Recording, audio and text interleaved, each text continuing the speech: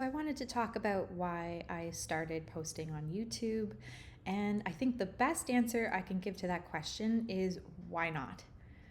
Seriously though, I don't know a better answer other than why not? What's the reason I shouldn't post on YouTube? What's the reason I shouldn't share my story or process out loud and heal out loud and do this? And I think based on the word should alone, we can come up with all the we shouldn't because of this and this and this and this.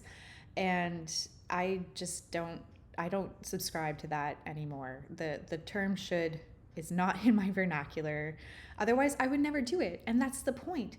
Is if I waited until I was more comfortable with this, or I was happy with myself, or I looked a different way, or I lost some weight.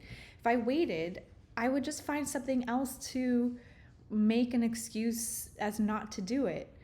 And I'm just very grateful to all of the women over 40, over 50, over 60, in their 90s, even that I keep seeing posting that really encourages me and reminds me that it's not too late.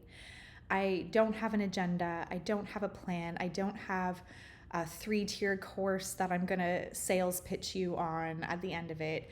I just want to talk about things that I care about. And I've been on my own recovery journey, healing journey for some time now. But I also need community. And if I can't get uncomfortable with myself, then where's the growth? Because I can heal and work on myself and journal and meditate or do whatever I need to do for me. But I want to get uncomfortable. I want to post where I'm at in this process and look back in a year or 5 years or 10 years and see how far I've come. So I guess really the reasons for me starting this channel is a documentation process of myself, of my journey, of my story, of what I've been through and where I'm going. And I don't know what that looks like at all yet. All I know is that if I didn't start now, when would I start? I've been feeling this urge to speak and write and share for a long time now. And there was a lot of years where it didn't feel right.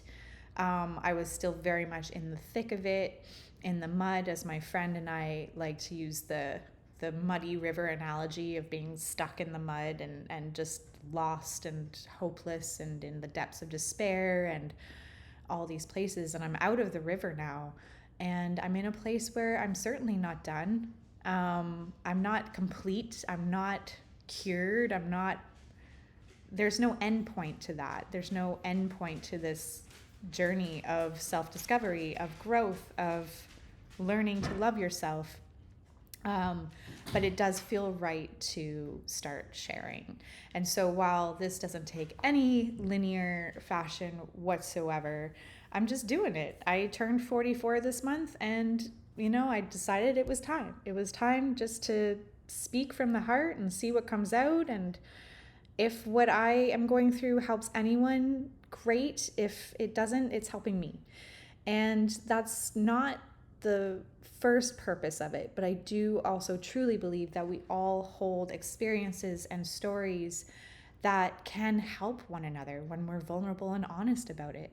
That certainly has been what's helped me grow to this point, was a safe community of people who truly saw me, truly loved me, and gave me the space to learn to love myself and grow to a point where I could make some really difficult changes in my life.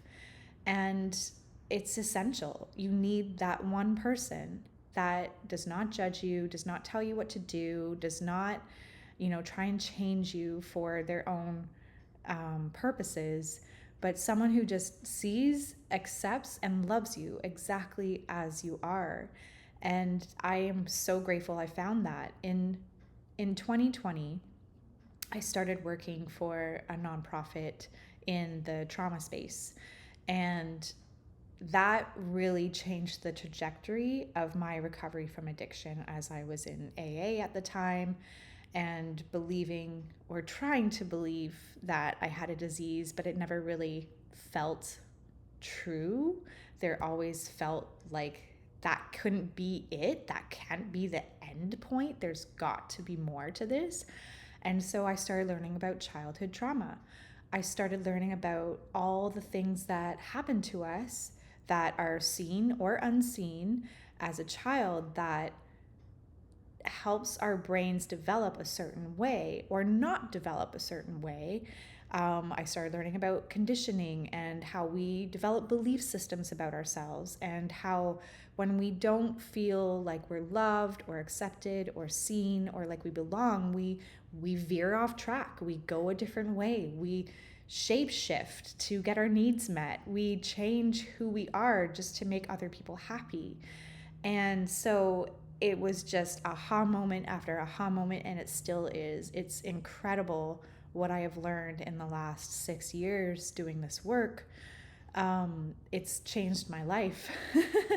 And what I found was, when I was working with this nonprofit, I found my people. I made friends, and I had a small circle. I still have that small circle today that, was with me over the course of the next 4 years, until I went through some hard things, and I got to a point where I loved myself enough to choose myself.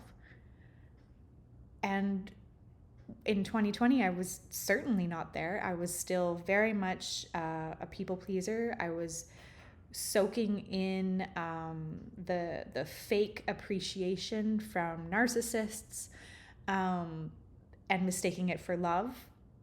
And that was filling this void in myself. And then over time, I learned I have to love myself. I have to give that to me. And I'm just grateful for the friends I made during that time that became my community and helped me get to a point where I could change my life, and I chose to change. So it's just, life has been magical and amazing. And I just have a lot I want to share, and I want to share it out loud, because it is possible to get out of a situation you don't want to be in. It is possible to do hard things. It is possible to end a marriage. It is possible to move countries. It is possible to walk someone home to their death. And you will survive, and you will get through it. And it is possible to feel joy again. It is possible to love again. It is possible to thrive again. And when you do, it comes from a deeper place, a more true place. And it really is the magical elixir of this life. The hard things we go through, the things we survive, there's a reason for that.